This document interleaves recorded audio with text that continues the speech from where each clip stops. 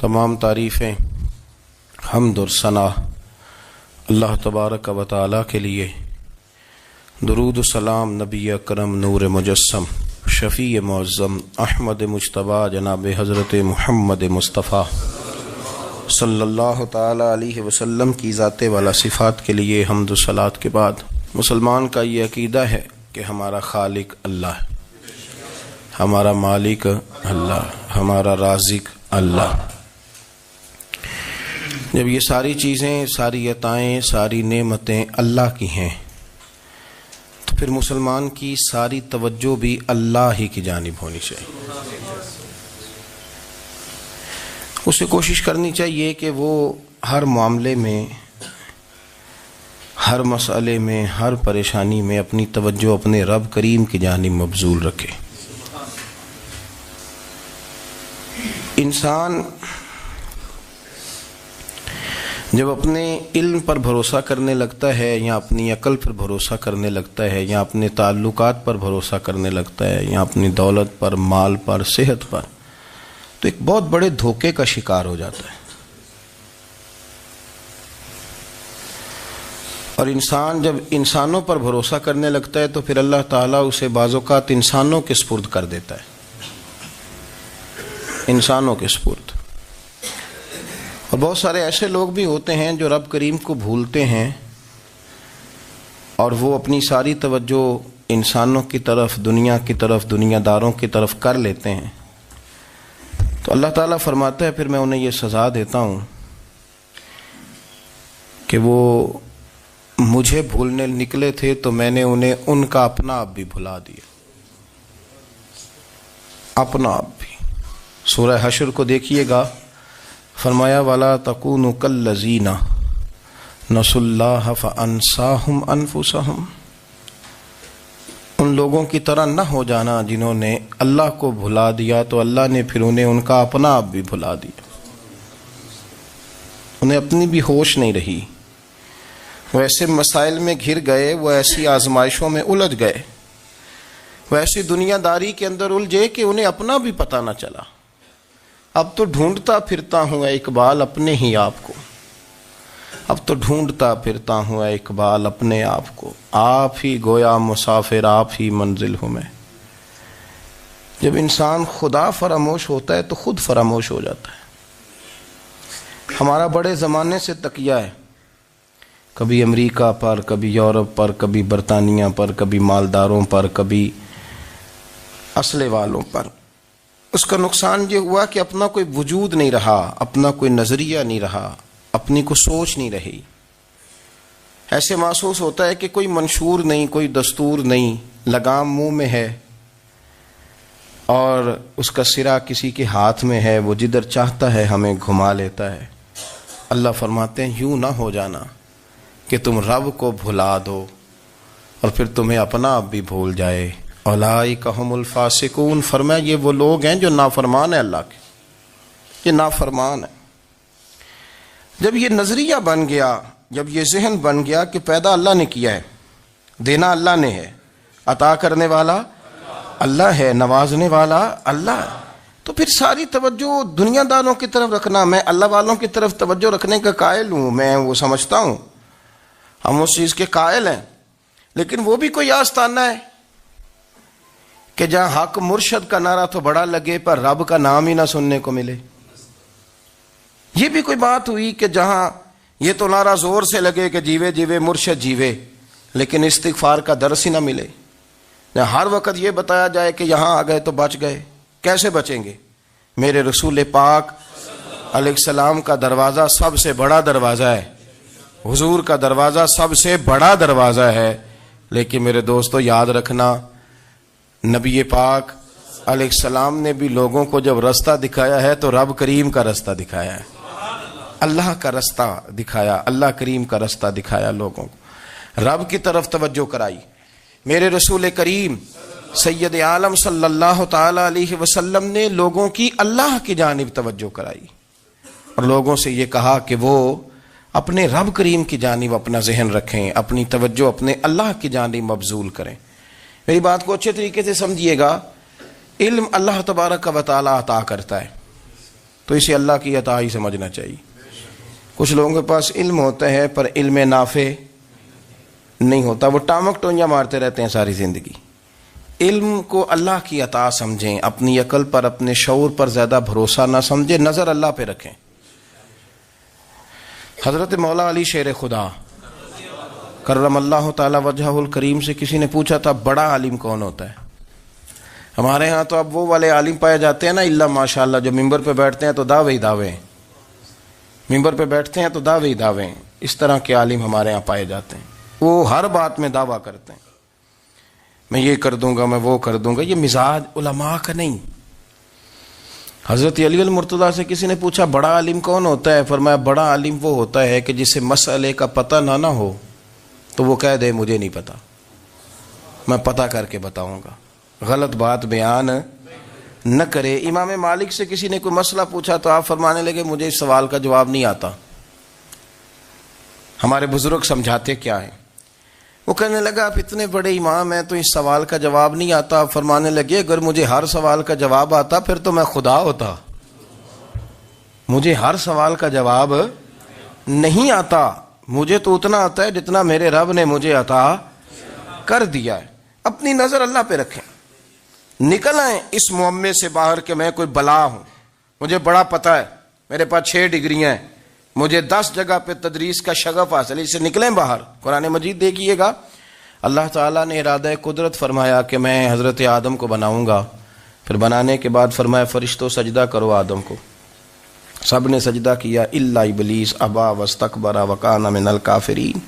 سب نے سجدہ کیا سوائے ابلیس کے، اس نے انکار بھی کیا، تکبر بھی کیا اور کافروں میں سے ہو گیا. تو یہ جب اللہ تعالیٰ نے سجدہ کرایا تو کیسے کرایا؟ اللہ تبارک و تعالیٰ نے نا حضرت آدم کو علم سکھایا خود.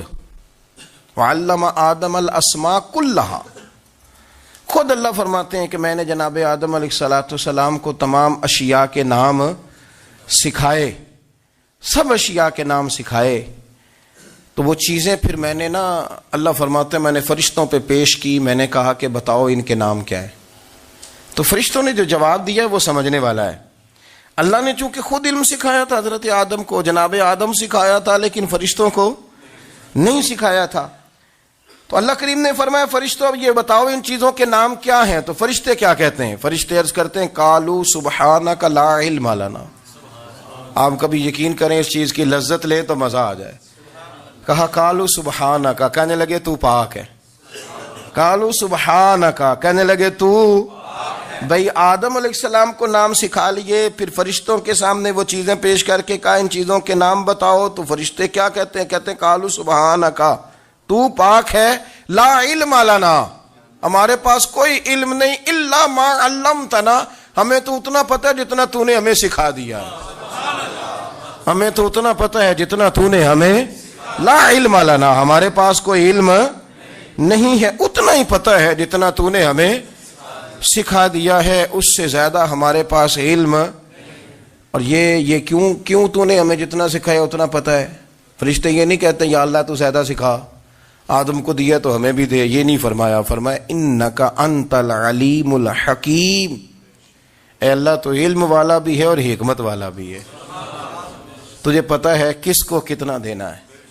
جتنا تو نے مناسب سمجھا جناب آدم کو دیا، اور جتنا تو نے بہتر سمجھا وہ تو نے ہمیں عطا فرمایا. تو اگر آپ کے پاس علم ہے، کہیں نالج ہے، تو اس کو اللہ کی عطا سمجھیں. ہمارے ہاں بہت سارے لوگ بن کے بیٹھ جاتے ہیں. میں اکثر کہتا ہوں کہ پھر وہ دعوے کرتے ہیں میرے علاقے والے جاہل ہیں، میرے شہر والے جاہل ہیں، میرے خاندان والے پڑھے نہیں. یہ آپ کا دعویٰ ہے، یہ آپ کو خراب کر دے گا. ہم نے بہت سارے ایسے لوگ دیکھے جو بہت بڑے عالم تھے، لیکن اللہ جب لینے پہ آیا تو عقل ہی لے گیا، شعور ہی چلا گیا، حافظے ختم ہو گئے. آپ دیکھتے ہیں بڑھاپے میں کچھ لوگ ایسے ہوتے ہیں کہ جن کو یہ بھی یاد نہیں رہتا کہ میرا نام کیا ہے، میں کہاں ہوں، مجھے کدھر جانا ہے. تو اس وقت سے اللہ کی پناہ مانگیں اور اپنی نظر اپنے رب کریم کی جانب رکھیں، اللہ کی جانب اپنی نظر کو مبذول رکھیں. دوسری بات، علم کے بعد ایک چیز آتی ہے جس کا نام ہے ہدایت، جس کا نام ہے تقوی، جس کا نام ہے پرہیزگاری، جس کا نام ہے عمل، عبادت، ریاضت. یہ بھی اسی وقت ہی نصیب ہوتی ہے جب میرا رب کریم نصیب فرما دیتا ہے۔ ہم نے نا نیکی کا اپنا اپنا سٹیٹس بنا لیا ہے، اپنا اپنا معیار بنا لیا ہے۔ کچھ لوگ کہتے ہیں کہ جناب مسجد میں سیمٹ کا توڑا دینے سے بہتر ہے کسی غریب کو آٹے کا تھیلا دے دو۔ اب اس نے اپنا مزاج بنا لیا نا نیکی کا، اس نے اپنا سٹیٹس بنا لیا ہے۔ میرا یہ سوال ہے کہ نبی پاک صلی اللہ تعالی علیہ وسلم جب مدینہ شریف آئے تھے تو حضور نے سب سے پہلے غریبوں میں آٹا تقسیم کیا تھا کہ سب سے پہلے مسجد بنائی تھی؟ کیا عجیب لوگوں کا رنگ ہے، اپنی مرضی کی ہدایت، اپنی مرضی کا تقوی، اپنی مرضی کا معیار۔ مسجد کوئی بڑا چھوٹا خطیب بھی میری طرح کا ہو نا تو وہ مسجد میں بیٹھ کے جب نبی پاک کی بات کرتا ہے تو کہتا ہے میرے رسول پاک غریبوں کا سہارا بن کے آئے۔ وہ غریبوں کی بات کرتا ہے، مسکینوں کی، لاچاروں کی، کمزوروں کی بات۔ تو مسجد ہی تو وہ ادارہ ہے جہاں سے غریبوں کی بات ہو رہی۔ تو اب لوگوں نے غریب کو اور مسجد کو لڑانا شروع کر دیا، اس کو لڑاؤ کہ مسجد میں پیسے دینے سے بہتر ہے آپ غریب کو آٹے کا تھیلا دے دیں۔ آپ یہ کیوں نہیں کہتے کہ مسجد میں بھی آپ توڑا دیں ایک سیمٹ کا اور ساتھ غریب کو بھی خدمت کریں؟ یہ کیوں نہیں تقویٰ؟ اپنی اپنی مرضی کا مزاج، اپنی اپنی۔ کچھ لوگ کہتے ہیں چھوڑو جی، ساری زندگی انسان نماز پڑھتا رہے اور پھر گالیاں بھی دیتا رہے، بندہ داڑھی بھی رکھ لے اور جھوٹ بولنا بھی نہ چھوڑے۔ تو یہ آپ نے اپنے پاس سے تقوی کا معیار بنایا۔ گالی دینے کا گناہ ہے اور داڑھی رکھنے کا ثواب ہے۔ تو اگر آپ داڑھی رکھے ہوئے ہیں اور آپ کوئی غلطی کر رہے ہیں تو اس سے آپ کی داڑھی کا ثواب ختم، اللہ کرے آپ کو سمجھ آئے میری بات کو۔ آپ کوئی غلطی کر رہے ہیں، داڑھی کا ثواب اس سے ختم، وہ اپنی جگہ پہ قائم ہے چیز۔ اپنی مرضی کا کیوں تقوی کا معیار بناتے ہیں؟ تقوی کا مزاج اپنی مرضی کا نہ بناؤ، اللہ کی بارگاہ سے دعا مانگو کہ یا اللہ ہمیں ہدایت کا نور عطا فرما، اللہ تو ہمیں رستہ دکھا، تو بتا کہ ہدایت کیا ہے۔ تو رب فرماتا ہے اللہ ولی الذین آمنوا، اللہ مومنوں کا مددگار ہے، یخرجہم من الظلمات الی النور، وہ انہیں اندھیروں سے نکالتا ہے اور نور کی طرف روشنی عطا فرماتا ہے۔ اندھیروں سے نور کی طرف اللہ لاتا ہے۔ اللہ ولی، اللہ مومنوں کا ولی ہے، وہ انہیں اندھیروں سے نور کی طرف نکالتا ہے۔ ہدایت ہمیشہ اللہ کی طرف سے سمجھے۔ جب وہ نماز کی توفیق دیتا ہے تو اپنے فضل سے دیتا ہے، جب وہ ذکر کی توفیق دیتا ہے تو اپنے فضل سے۔ ہم سمجھتے ہیں ہو جی فلانا نہیں پڑھ رہا بڑا بیوقوف ہے، فلانا نہیں پڑھ رہا، تو تم کیا اپنی عقل کے زور پہ پڑھ رہا ہے؟ میں جی اللہ کے فضل سے 2 سپارے پڑھتا ہوں، تو کس پہ احسان کرتے تو 2 سپارے پڑھ کے رویا کر۔ کہ اگر مالک تو بڑا قریب نہیں، بڑے لوگ ہیں جن کو پورا قرآن حفظ ہے پر انہیں پڑھنے کی توفیق نہیں، تو انہیں فضل کیا اور مجھے توفیق دے دی ہے پڑھنے کی۔ رویا کر، پڑھ کے رویا کر، راتی ساری کر کر زاری، وہ نیند اکھاں تھی توندے تے فجرے اوہی گناہگار کہاون سب تو نیوے ہوندے۔ مہربانی کریں، ڈریں، نیکی کریں تو پھر ڈریں، پھر احساس پیدا کریں، پھر اپنے اندر وہ کمزوری لائیں، کہیں توبہ توبہ مجھے تو پتہ ہی نہیں، تو جانتا ہی نہیں۔ حضرت سیدنا امام اعظم ابو حنیفہ رحمۃ اللہ تعالی علیہ کے ساتھ ایک شخص کہتا میں نے نماز پڑھی، تو عشاء کی نماز تھی۔ یہ جو لوگ بڑے ہوتے ہیں نا، جن کے پیار کرنے والے بڑے ہوتے ہیں، ان کے گرد خوف بھی بڑا ہی ہوتا ہے، انہیں بڑا ڈر لگتا ہے، بڑی بعض اوقات آزمائش ہوتی ہے ان کی۔ عشاء کی نماز کہتے پڑھی تو امام صاحب نے نا عشاء کی نماز میں تلاوت کی آیتیں فَمَن يَعْمَلْ مِثْقَالَ ذَرَّةٍ خَيْرًا يَرَهُ وَمَن يَعْمَلْ مِثْقَالَ ذَرَّةٍ شَرًّا يَرَهُ، فرمایا جو ذرہ برابر خیر کرے گا وہ بھی قیامت میں دیکھے گا، اور جو ذرہ برابر شر کرے گا وہ بھی قیامت میں اس شر کو دیکھے گا، اس کے سامنے آئے گا۔ تو وہ شخص کہتا ہے کہ سارے لوگ نماز پڑھ کے چلے گئے تو امام صاحب رحمۃ اللہ علیہ نے اپنی داڑھی پکڑی، رو رہے ہیں، کہتے ہیں وہ ذرہ برابر نیکی کا بدلہ دینے والے، وہ ذرہ برابر شر پہ سزا دینے والے میری سفید داڑھی کو دیکھ، مالک میرے ذرے ذرے سامنے نہ لانا، لوگ تو میری بڑی قدر کرتے ہیں دنیا، میں تو بڑا پہچانا جاتا ہوں، لوگ تو میری راہوں میں پھول لیے کھڑے ہوتے ہیں، مجھے بڑا نوازتے ہیں، قیامت میں رسوا نہ کر دینا، میرے لیے مشکل ہو جائے گی۔ وہ کہتے ہیں میں نے امام صاحب کا درد دیکھا، مجھے کوئی کام تھا تو میں چلا گیا، میں نے کہا کہ وہ اس وقت اللہ کے حضور حاضر ہیں تو میں دوبارہ آؤں گا۔ کہتے ہیں میں تہجد کا وقت آیا تو امام صاحب وہیں بیٹھے تھے، اور ان کی داڑیاں آنسوؤں سے بھری ہوئی تھی اور زور سے داڑھی پکڑی ہوئی، کہنے لگے مالک رسوا نہ کر دینا، قیامت میں رسوا نہ کر دینا۔ یار جو ہدایت یافتہ لوگ تھے وہ تو ڈرے ہوئے تھے، وہ تو سہمے ہوئے تھے، وہ تو کہتے تھے یہ اس کا فضل نہیں، اس نے بلا لیا ہے، یہ اس کا کرم نہیں۔ حضرت باعزید بستامی کسی کافر کو دیکھتے تو رو پڑتے، کہتے مالک تو کتنا کریم ہے، یہ بے ایمان رہ گیا، تو نے اپنے فضل سے مجھے اپنے نبی کا غلام بنا لیا۔ وہ رو پڑتے۔ یہاں تو لوگوں کا دعویٰ ہی بڑا ہے۔ نمازی اللہ خیر فرمائے وہ تو دوسروں کو گھورتا ہے، وہ کہتا ہے جنت کا میں مالک ہوں، کنجیاں میرے پاس ہیں، میں کسی اور کو گھسنے نہیں دوں گا۔ اور اگر 2-3 حج کر لے تو پھر تو وہ کہتا ہے کہ اب میرے سے پوچھ کے لوگ جنت میں جائیں گے معاذ اللہ۔ اور اگر وہ 2 4 5 7 دفعہ کوئی نفل پڑھ لے تو پھر وہ کہتا ہے چھوڑیں جی سارے لوگ بے عمل ہیں، میں اکیلا نیک ہوں۔ نہ ایسا کریں، اپنی توجہ اپنے رب پہ رکھیں، اپنی توجہ اپنے معین الملت والدین، عطائے رسول، ہند الولی، غریب نواز، خواجہ معین الدین چشتی، حضرت خواجہ اجمیر، شاہ اجمیر، شاہ اجمیر، والی ہندوستان۔ آخری عمر میں نا سارا دن روتے گزر جاتا، ساری رات روتے گزر جاتی، ذرا سی کوئی بات کرتا تو رو پڑتے ہیں، آنکھیں آنسوؤں سے بھری رہتی۔ کئی دفعہ اپنے بھی پریشان ہو جاتے ہیں نا کہ یار تو ایک بات کی جان ہی نہیں چھوڑ رہا۔ تو خواجہ قطب الدین صاحب بختیار کاکی سے لوگوں نے کہا کہ آپ مرشد سے بات کریں، اتنا بھی تو نہیں نہ رونا چاہیے، ہر وقت اس کے آنسو کی کریے، عاشق دا کامی رونا تونا تے بھی نہ رویو نہیں منظوری۔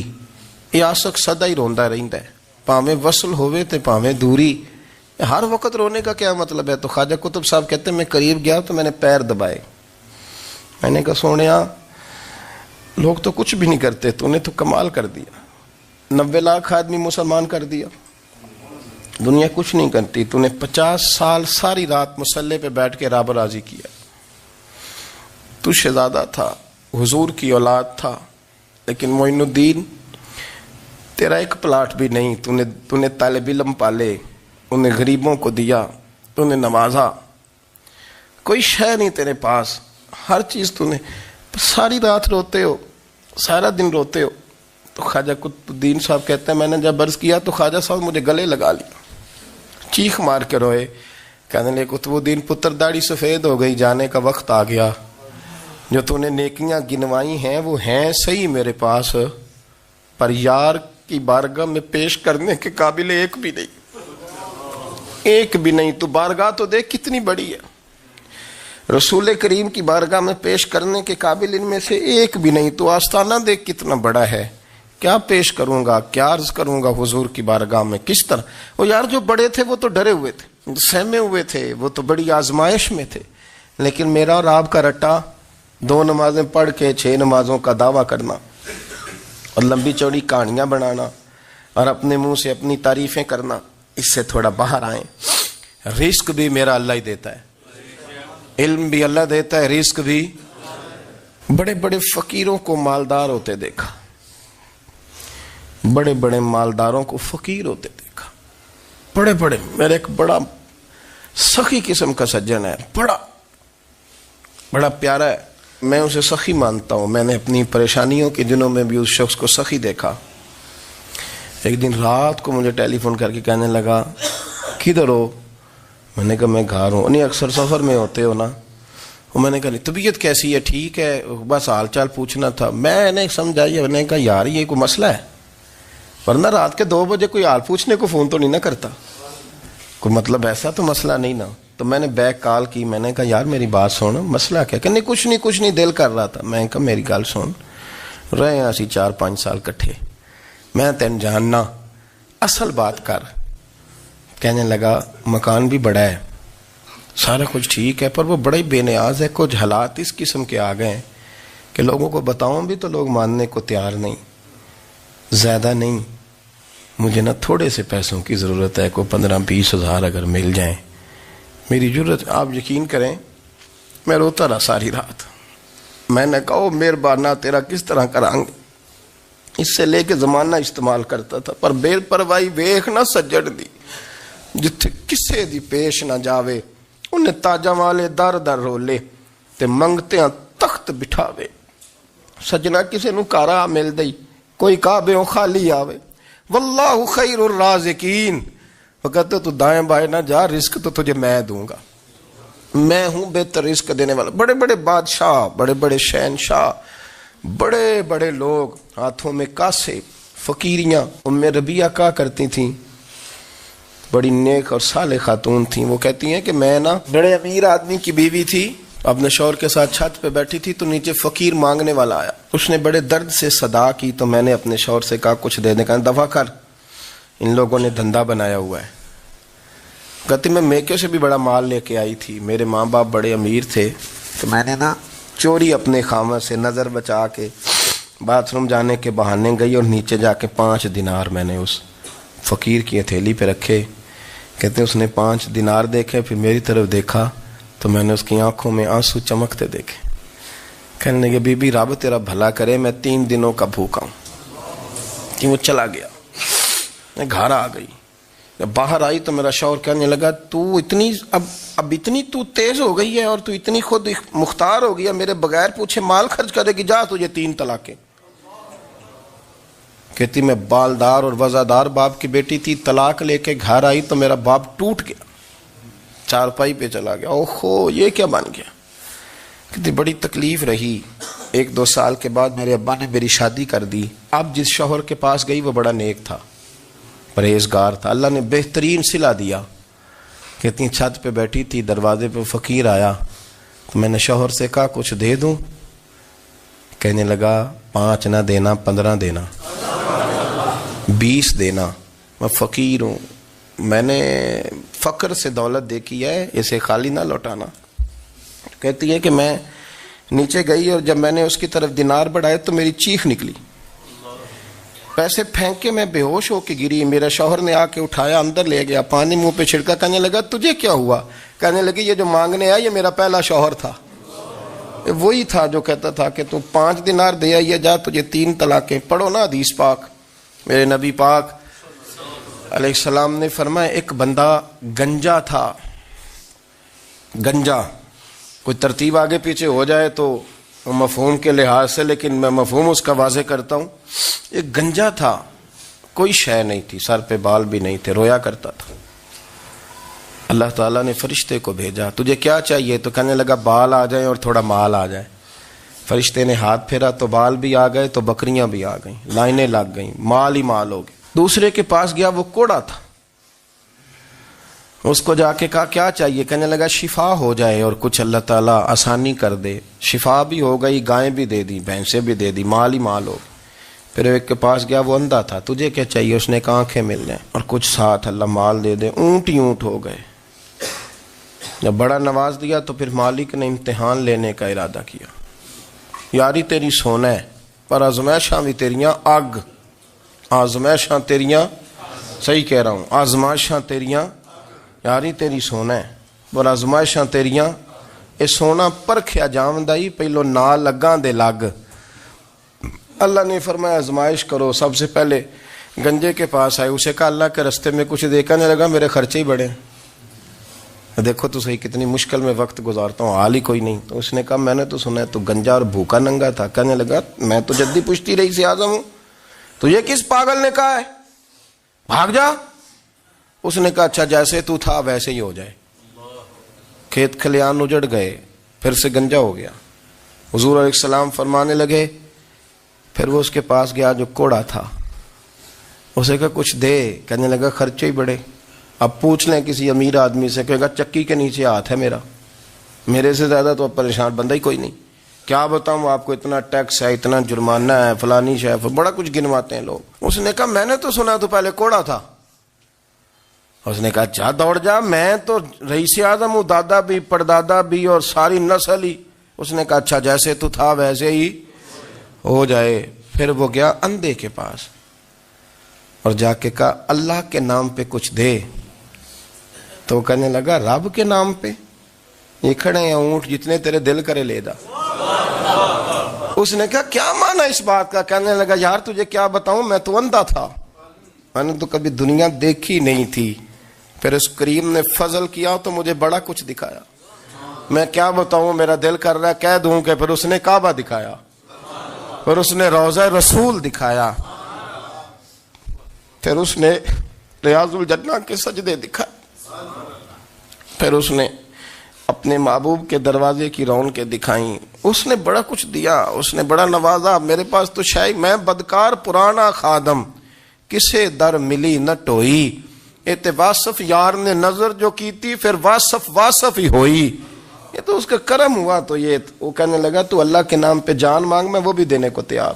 میرے پاس تو شے ہی کوئی نہیں تھی، مجھے تو اپنا پتہ ہے، میں تو کوئی شے نہیں تھا، کچھ نہیں تھا میرے پاس۔ یہ تو ان کا کرم ہے کہ رخ ان کا ادھر ہے، اور مختصر سی میری کہانی ہے، یہ جو بھی ہے ان کی مہربانی ہے۔ تو وہ کہنے لگا میں بھی کچھ لینے نہیں آیا تھا، تیری آزمائش ہی کرنے آیا تھا، تیری عزتیں بھی سلامت رہیں گی، تیرا مال بھی سلامت رہے گا، تیری شفا بھی۔